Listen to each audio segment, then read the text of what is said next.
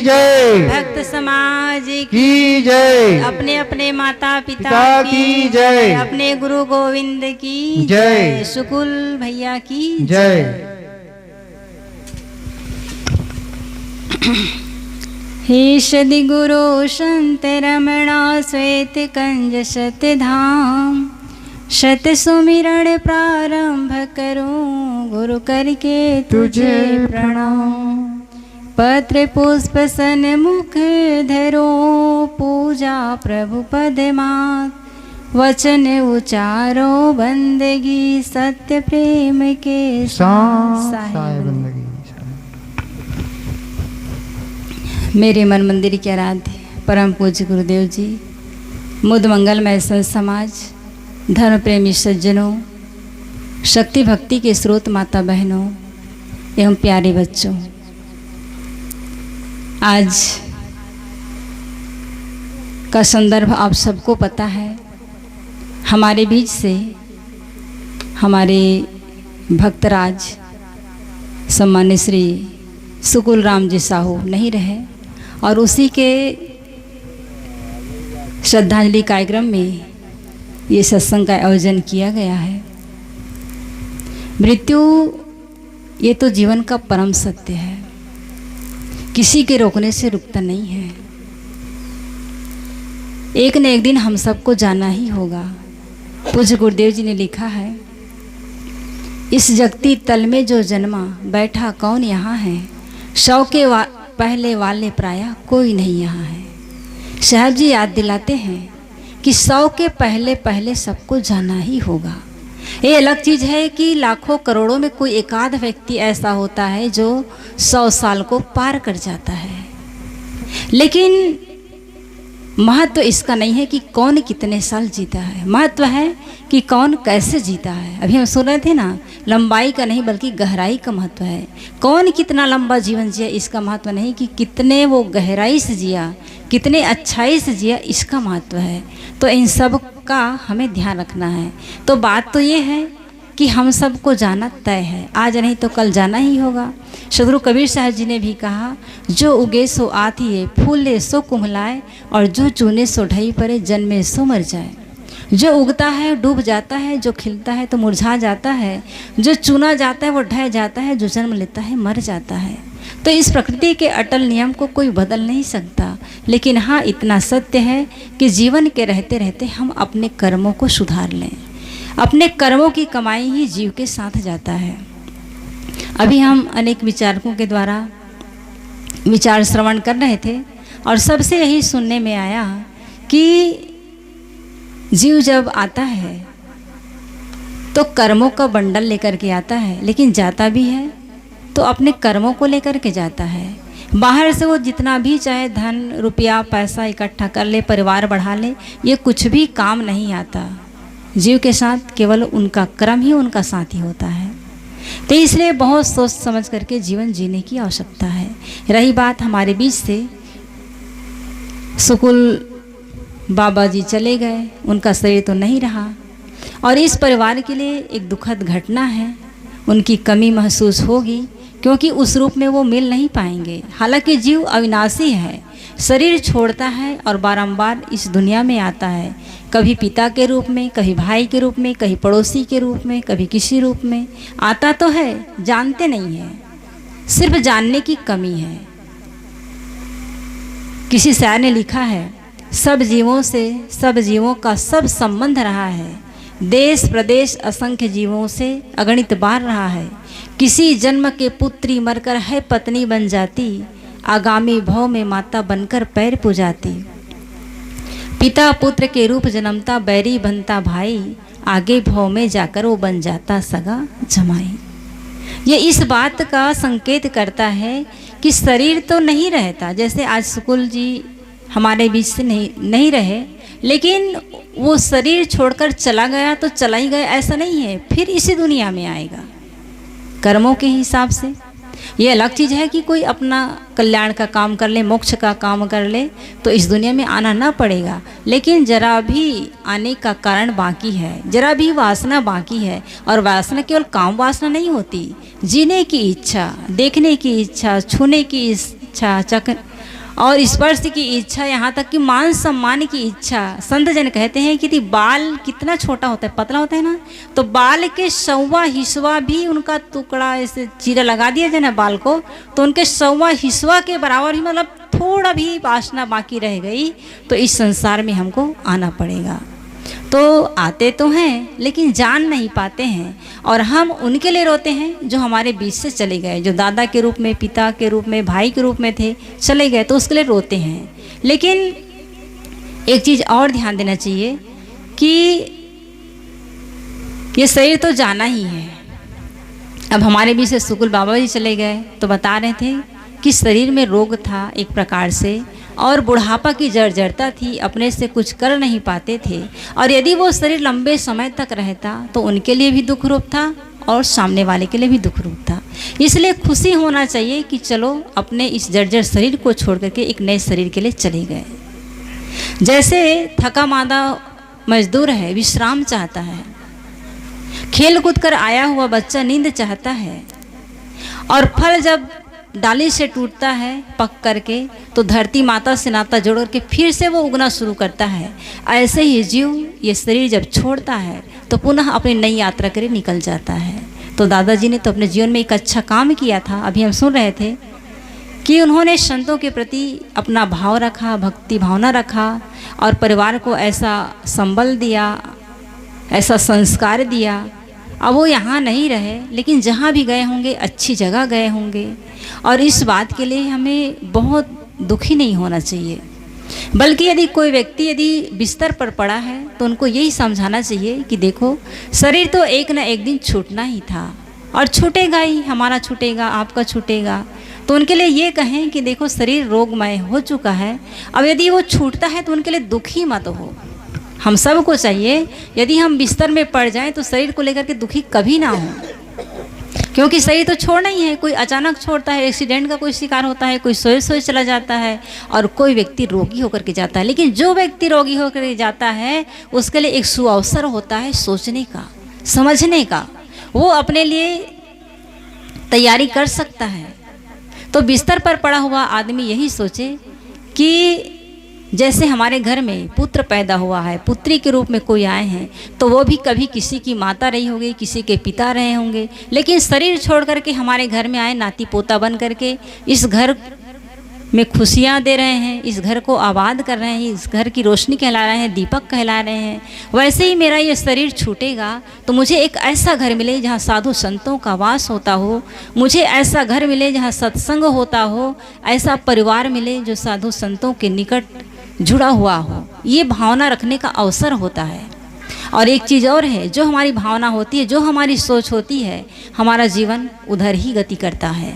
कहते हैं, एक संत ने लिखा है कि जैसे माता पिता होते हैं तो माता पिता की भी अपनी एक भावना होती है। वो क्या सोचते हैं कि हमें एक ऐसा बच्चा हो जो होनहार हो, हर प्रकार से प्रवीण हो, बुद्धिमान हो। कोई माता पिता सोचते हैं कि हमें एक ऐसा पुत्र हो जो माता पिता का सेवा करे, हमारा नाम रोशन करे। कोई कहते हैं कि हमें एक ऐसा बच्चा मिले जो समाज सेवी हो और अपना नाम रोशन करे। तो माता पिता की भावना और इधर सामने वाला व्यक्ति जो शरीर छोड़ रहा है उनकी भावना।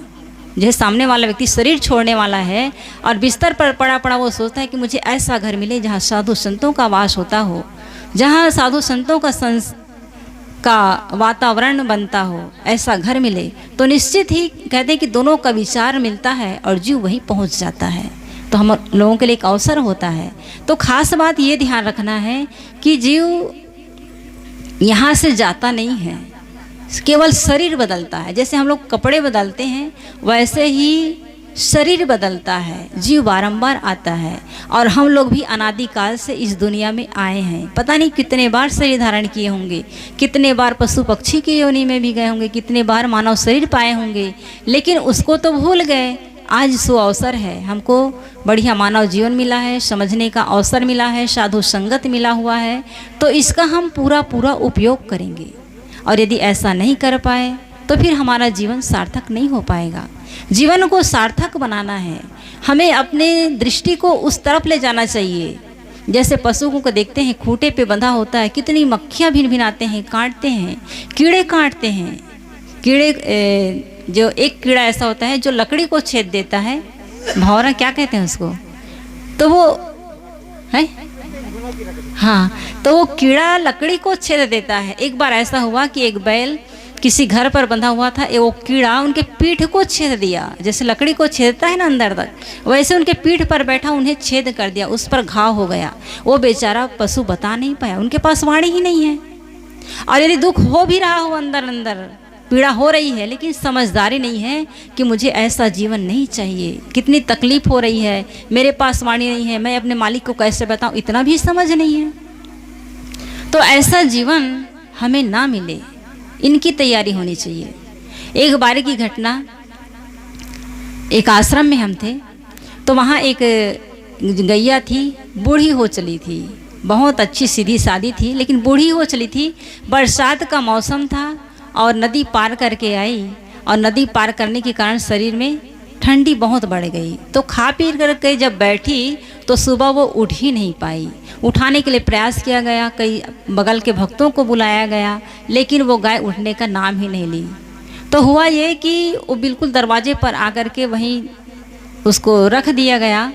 तो वो देखती बस थी, सिर को भी नहीं उठा पाती थी, केवल जिधर चलते थे उधर अपनी नज़र घुमाती थी, देखती थी, बड़ी दया आती थी। लेकिन सोचिए, उस जगह डॉक्टर को तो बुलाया गया, घर पे इंजेक्शन लगाया, लेकिन काम नहीं किया। लेकिन उस जगह यदि कोई आदमी को ऐसा रोग हो जाता तो क्या करते, तुरंत गाड़ी ला करके हॉस्पिटल में भर्ती करते और कई प्रकार से उनका उपचार शुरू हो जाता, लोगों का रोना धोना शुरू हो जाता। लेकिन गाय के लिए ऐसा नहीं हुआ। गाय बेचारी पड़ी थी, देखती थी, और मैं भी थी वहाँ, तो उनको पेरा दे दिया गया। पेरा खाती थी, फिर 2 दिन के लिए पेरा खाना बंद कर दी। फिर उसको जब भोजन किए हम लोग, तो उनको भोजन की थाली ले जा कर के दिए, कुछ थोड़ा सा अन्न और सब्जी, तो वो खाई। सिर तो उठा नहीं पाती थी ठीक से, लेकिन खाई जैसे तैसे। तो कुछ भोजन का कण मन में छूट गया, और भोजन को खाने के लिए चींटियाँ वहाँ पहुँची, बड़ी बड़ी चींटी, और उसको खाते खाते उनके मुंह तक चढ़ गई। और मुंह, अब रात का समय हो गया, तो वो चींटियाँ उनके मुंह को काटने लगी, और काटे तो उसमें घाव बन गए, और जब घाव बन गए तो उसमें बड़े बड़े कीड़े भी लग गए। तो इतनी दयनीय दशा में लगभग 12वें दिन में उन्होंने अपना शरीर छोड़ी। तो कहने का मतलब है कि यदि हम इस मानव जीवन से चूक जाएंगे तो ऐसी अवस्था में पहुंच जाएंगे जहां ना हम तो बोल पाएंगे, ना ही दुख छूटने का कोई उपाय होगा। इसलिए सुंदर अवसर है कि इस मानव जीवन को पाए हैं, सत्संग का अवसर मिला है, तो कुछ सोचें अपने लिए, कुछ पुण्य करते चलें।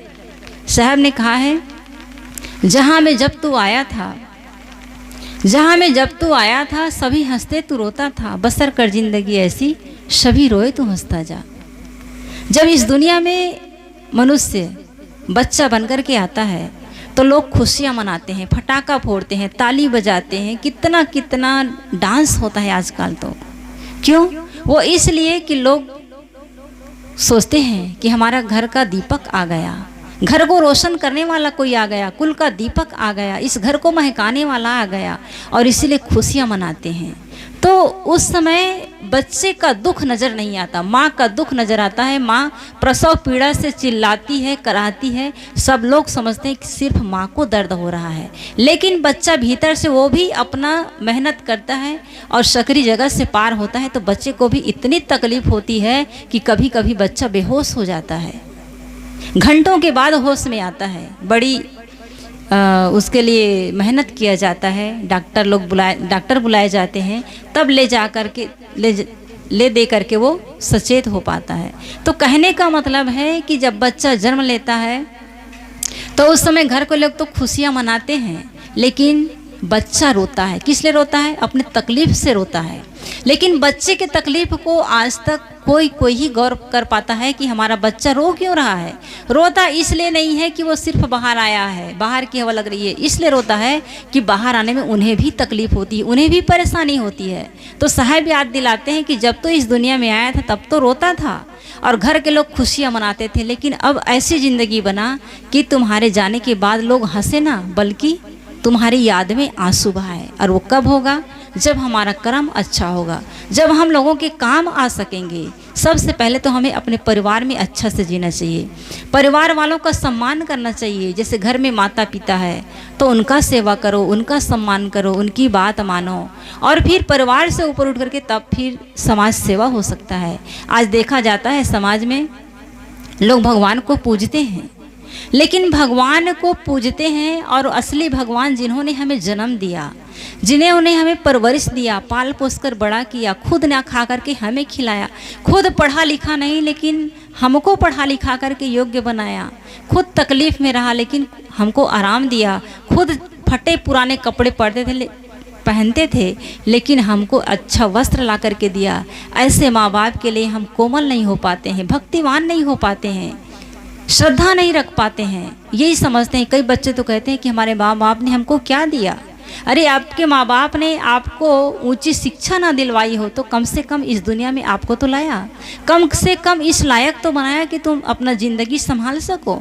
यदि बचपने में माँ बाप आपको ना संभालते तो कभी आग को छू लेते, जल जाते, कभी पानी में डूब जाते, कभी सर्प बिच्छू को छू लेते, कभी कितने बार गिरते और शरीर में पूरा घाव बन जाता, कभी हड्डी टूट जाती। क्या परवरिश नहीं दिया। लेकिन लोग बड़े बेईमान होते हैं, कहते कि हमारे माँ बाप ने हमें क्या दिया, हम जो कुछ हैं अपने बल पर हैं।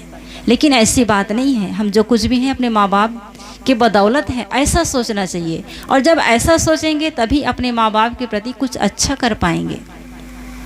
एक भजनकार ने तो लिखा है कि यदि इस दुनिया में आप भगवान को तो मानते हैं, जैसे भगवान राम है, कृष्ण है, महावीर है, अनेक भगवान है इस दुनिया में, उसको आप मानते हैं, लेकिन उनकी नहीं मानते। जैसे भगवान राम ने जो आदर्श दिया, तो आदर्श क्या दिया, उन्होंने माता पिता की आज्ञा का पालन किया। सबको पता है सीरियल के माध्यम से कि भगवान राम ने अपने माता पिता की आज्ञा का पालन किया, उनकी सेवा किया, भाई के हक को नहीं छीना, भातृत्व प्रेम उनके अंदर था। और यहाँ तक कि एक पत्नी व्रत था, मर्यादा पुरुषोत्तम इसलिए कहलाए। और आज हम सिर्फ उनकी आरती उतार करके वैसा बनना चाहते हैं, सिर्फ उनकी आरती उतार करके हम भोग और मोक्ष चाहते हैं, हम अपने लिए सुख शांति चाहते हैं। तो ये कैसे संभव होगा। जो भी महापुरुष हुए हैं, भगवान कहलाए हैं, उनके पीछे उनके जीवन की कमाई रही है, अच्छे कर्मों की कमाई रही है। हम सबको चाहिए कि ऐसा काम हम लोग भी करें। तो भजनकार ने लिखा है कि यदि भगवान आ भी जाए, यदि भगवान हो भी और भगवान आ जाए, आप भगवान को मानते हैं, भोग लगाते हैं, तो भगवान आपकी पूजा को स्वीकार नहीं करेगा। किसकी पूजा को? जिन्होंने अपनी माँ का सम्मान नहीं किया हो, जिन्होंने अपनी माँ को भोजन ना दिया हो, ऐसे भक्त का वो भगवान पूजा स्वीकार करेगा ही नहीं। आइए उसे चंद पंक्तियों में आपके सामने पेश करती हूँ। उन्होंने लिखा है, उसको मेरी सेवा का अधिकार है, करता जो अपनी माँ से प्यार है, उनको ना मिलता ये अधिकार है, जो करता ना अपनी माँ से प्यार है। मेरा दरबार बड़ा ही सजाते हो, माँ को एक कमरा ना दे पाते हो। मेरा दरबार बड़ा ही सजाते हो, माँ को एक कमरा ना दे पाते हो। ऐसे घर मुझको ना स्वीकार है, जो करता ना अपनी माँ से प्यार है, उसको मेरी सेवा का अधिकार है, करता जो अपनी माँ से प्यार है। मुझको तो 56 भोग लगाते हो, माँ को एक रोटी को तरसाते हो। मुझको तो 56 भोग लगाते हो, माँ को एक रोटी को तरसाते हो। ऐसे बेटे को तो धिक्कार है, करता ना अपनी माँ से प्यार है, उसको मेरी सेवा का अधिकार है, करता जो अपनी माँ से प्यार है। मुझको तो अपने घर में लाते हो, माँ को वृद्धाश्रम ले जाते हो। मुझको तो अपने घर में लाते हो, माँ को वृद्धाश्रम ले जाते हो। ऐसे घर मुझको ना स्वीकार है, करता ना अपनी माँ से प्यार है। उसको मेरी सेवा का अधिकार है, करता जो अपनी माँ से प्यार है। तो सज्जनों, यदि आप में से कोई व्यक्ति भगवान को तो मानता हो, भोग चढ़ाता हो, चुनरी चढ़ाता हो, घर में लाता हो, लेकिन अपनी माँ को ना मानता हो, तो उनका सारा व्यापार बेकार है, उनका सारा क्रियाकांड बेकार है। क्योंकि जब तक के माँ बाप की पूजा नहीं होगी, उनकी सेवा नहीं होगी, वो भगवान आपकी सेवा को स्वीकार कभी नहीं करेगा। इसलिए यदि भगवान को मानते हैं तो भगवान आपके ऊंचाई के लिए एक सीढ़ी है। जैसे राम है, कृष्ण है, कृष्ण ने भी ये कहा था कि कहते हैं कि जब वो गुरुकुल से विदा हो रहे थे तो उनके गुरु ने कहा था कि बेटा आपको क्या आशीर्वाद चाहिए, जो चाहिए वो बता दो। उन्होंने कहा, गुरुदेव के सामने हाथ जोड़ा और कहा कि गुरुदेव मुझे ऐसा वरदान दीजिए कि जब तक मेरा जीवन है मुझे अपने माँ के हाथों का भोजन मिलता रहे। कितनी बड़ी बात उन्होंने कही। लेकिन आज का बेटा क्या सोचता है? वो सोचता है कि कब मेरी नौकरी लग जाए और मैं कब घर से चला जाऊं। कहने का मतलब है, मैं अपने विषय की तरफ आऊं कि हम अपने जीवन में कुछ करना चाहते हैं। यदि हम चाहते हैं कि हमारे ना रहने के बाद भी लोग हमें याद करें, तो कुछ ऐसा करें कि हमारे ना रहने के बाद भी लोग हमें याद कर सकें। और वो काम कब होगा? जब सबसे पहले हम माता पिता को श्रेय दे देंगे, घर परिवार वालों को श्रेय देंगे, और फिर उसके बाद परिवार से निकलकर समाज में आएंगे, सबके लिए अच्छी भावना रखेंगे। आज होता क्या है, भगवान के मंदिर में जाकर के लड्डू तो चढ़ा देते हैं, लेकिन घर पर कोई भीख मांगने के लिए आया तो उसको हम डांट देते हैं।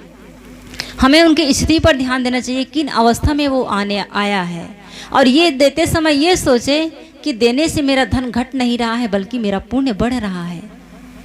देने से धन घटता नहीं है, पुण्य बढ़ता है। और कोई व्यक्ति आपके पास आया है मांगने के लिए, तो ये सीख देने के लिए आया है। वो ये बता रहा है कि देखो देखो भाई, मैंने अपने जीवन में कुछ किया नहीं था, किसी को दिया नहीं था, इसलिए आज मेरे पास पूंजी नहीं है, मैं मांगने आया हूँ। तो आपको सीख दे रहा है कि आप कुछ पुण्य कीजिए ताकि आपका जीवन और भी बढ़िया बने। क्योंकि धन स्थिर रहने वाला नहीं है। किसी ने लिखा है, यह लक्ष्मी चंचल है, निश्चय एक दिन जाएगी, दान कर दो इससे प्रभाव में अवश्य एक दिन आएगी। पूर्व जन्म के पुण्य से पाया धन भंडार, दान किया यश पा लिया अगला जन्म सुधार। जो लक्ष्मी है, धन है, वो स्थिर नहीं रहता है। आज हमारे भाग्य में है, हमारे पास है, कब किस्मत पलट जाएगी, कब कैसी कैसी घटना घट जाएगी, वो धन हमारे पास से चला जाएगा। इसलिए जब तक है उनका उपयोग करना चाहिए। मन में ये भाव होना चाहिए कि चलो भगवान ने मुझे ऐसा धन दिया है, भगवान ने मुझे ऐसा सबल बनाया है कि मैं कुछ कर सकूं, तो वो काम करना चाहिए। बल्कि अहंकार नहीं करना चाहिए कि मैं कुछ दे रहा हूं।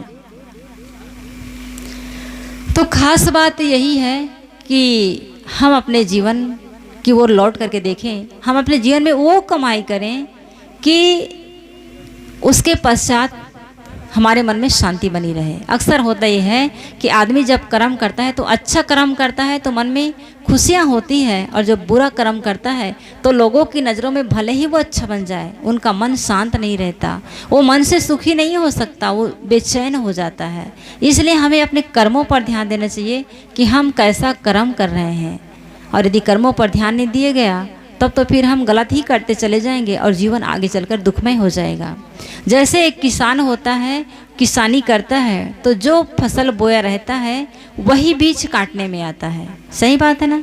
जैसे कोई धान बोया है तो धान काटने को आएगा, गेहूं बोया है तो गेहूं काटेंगे, चना बोया है तो चना काटेंगे। अब आप सोचते हैं कि मैं चना बोया हूँ और मुझे सोयाबीन का फसल मिले, तो मिलेगा? नहीं मिलेगा। ऐसे ही यदि हम गलत बीज बोए हैं, जीवन में गलत संस्कार कमाए हैं और जीवन में अच्छा फल पाना चाहें तो नहीं हो पाएगा। इसलिए जो हो गया सो हो गया। जो बीज हमने बो दिए पहले में वो तो बो दिए हैं, लेकिन और उसी के अनुसार से आज हमको या तो सुख मिल रहा है या दुख मिल रहा है, या तो हम सुखी हैं या दुखी हैं।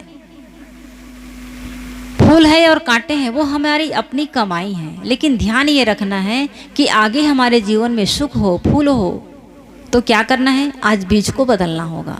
आज सबके लिए शुभ कामना करना होगा, शुभ भावना रखनी होगी कि सबका जीवन मंगलमय हो। आपका वही बेटा सुखी ना हो, बल्कि ये सोचे कि सबका बेटा सुखी हो, सबका बेटा निरोगी हो, सब सद्वृत्ति वाला हो, सब सत्संगी हो, सबका परिवार सुखी हो। ऐसी भावना जब आप रखेंगे, आपका सुंदर संस्कार बनता जाएगा। एक चीज़ मैं देखी हूँ, जो ईसा मसीह वाले होते हैं तो वो रोज़ सुबह शाम प्रार्थना में बैठते हैं और पूरे परिवार के लिए प्रार्थना करते हैं कि मेरा बेटा सुखी हो, बहू सुखी हो, नाती पोता सुखी हो। फिर कहते हैं कि मेरे रिश्तेदार सुखी हो, नाम ले लेकर कहते हैं। और उसके बाद कहते हैं कि पूरा गांव सुखी हो, पूरा संसार सुखी हो। और ऐसी भावना भी रखते हैं, तो उससे क्या होता है, उनका तो मन प्रसन्न होता ही है, उनका संस्कार अच्छा बनता है, और जो उनके लिए भावना कर रहा है उनके साथ भी उनका व्यवहार अच्छा बनता है। तो हम सबको भी यही करना है, सबके लिए, कोई जाने कि ना जाने, सबके लिए मंगल कामना करो, तो निश्चित ही आपका जीवन भी अच्छा हो जाएगा। तो ये जो जीवन मिला हुआ है कहीं खराब ना होने पाए, बेकार ना होने पाए, इसका ध्यान रखना है। और रही बात जिसको जब जाना है वो तो जाएगा ही, कोई छोटी उम्र में चला जाता है, कोई लंबी आयु जी करके जाता है। लेकिन जाने वाले जब अपने बीच से होते हैं तो बड़ी पीड़ा होती है, तकलीफ़दायक होती है। ऐसे हम लोग सुन ही रहे थे कि कितनी घटनाएं घटती है, लेकिन चाय की चुस्की लेते हुए, बिस्किट खाते हुए मज़े से देखते हैं, फ़र्क नहीं पड़ता। लेकिन फ़र्क तो तब पड़ता है जब हमारा कोई अपना चला जाता है। जब अपना चला जाता है तो गहरी पीड़ा होती है, लेकिन वो पीड़ा ना हो, वो तकलीफ़ ना हो, उसके लिए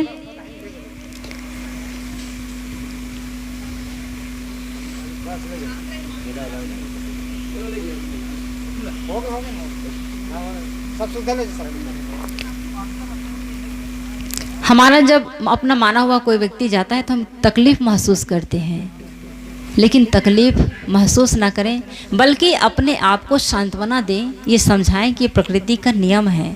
सबको आगे पीछे करके एक एक करके सबको जाना है, आज नहीं तो कल, कल नहीं तो परसों।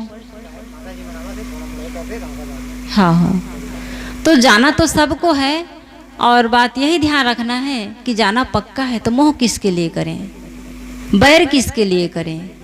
बस अपना ध्यान रखें कि यहाँ मैं जो कुछ भी करूँगा वही संस्कार मेरे साथ जाएगा। मैं परिवार के लिए जितना भी कमाता हूँ, गलत ढंग से भी कमाता हूँ, वो मेरा संस्कार बनेगा, मेरा बेटा मेरा सहयोगी नहीं हो पाएगा। और रही बात यदि ऐसा हम कुछ कार्यक्रम भी करते हैं पिता के नाम पर, भाई के नाम पर, तो वो क्या है, एक प्रकार से आने वाली पीढ़ी को हम संस्कारित करने के लिए करते हैं, या तो फिर उसका जो धन है वो सतमार्ग में लगे, इस भावना से करते हैं। या तो फिर हमारे पिताजी उस रास्ते पे थे तो इस भावना से करते हैं। और हम एक यह भी सुन रहे थे कि हम धन के तो मालिक बन जाते हैं, लेकिन संस्कारों का मालिक कोई कोई हो पाता है। हम सबको चाहिए कि पिता ने जो आदर्श दिया है, जो व्यवहार किया है, उसका भी हम अधिकारी बने, संस्कारी बने, और ये आने वाली जो पीढ़ी है उनको आगे बढ़ाएं। यही अवसर है, यही सुअवसर है सोचने का, समझने का। जाने वाला तो चला गया और संकेत दे दिया है कि देखो तुम लोगों की भी बारी आने वाली है, और जाने वाला कुछ भी लेकर के नहीं जाता है। इस बात को हम लोग अच्छी तरह से जानते हैं, लेकिन जान करके भूले ना, उसको हम अपने जीवन में उतारें। तो दादाजी जो गए हैं सुकुल राम साहू जी, उनके लिए यही श्रद्धांजलि है कि उनके दिए हुए जो संस्कार है, विचार है, उसको हम अपने जीवन में धारण करें, और यही सच्ची श्रद्धांजलि होगी। और मेरी यही भावना है कि वो जहाँ भी गए हों ऐसे ही खुशहाल जीवन जिए, और वो परिवार जहाँ गए हों वो परिवार भी ऐसा ही खुशहाल हो। और उनके जाते ही यदि ऐसा परिवार ना भी मिला हो तो जाते ही वो परिवार में सद्बुद्धि पैदा हो, और ऐसा होता है। इसी के साथ मैं अपने वाणी को विराम देती हूँ। बोलिए सद्गुरुदेव की जय। बोलिए।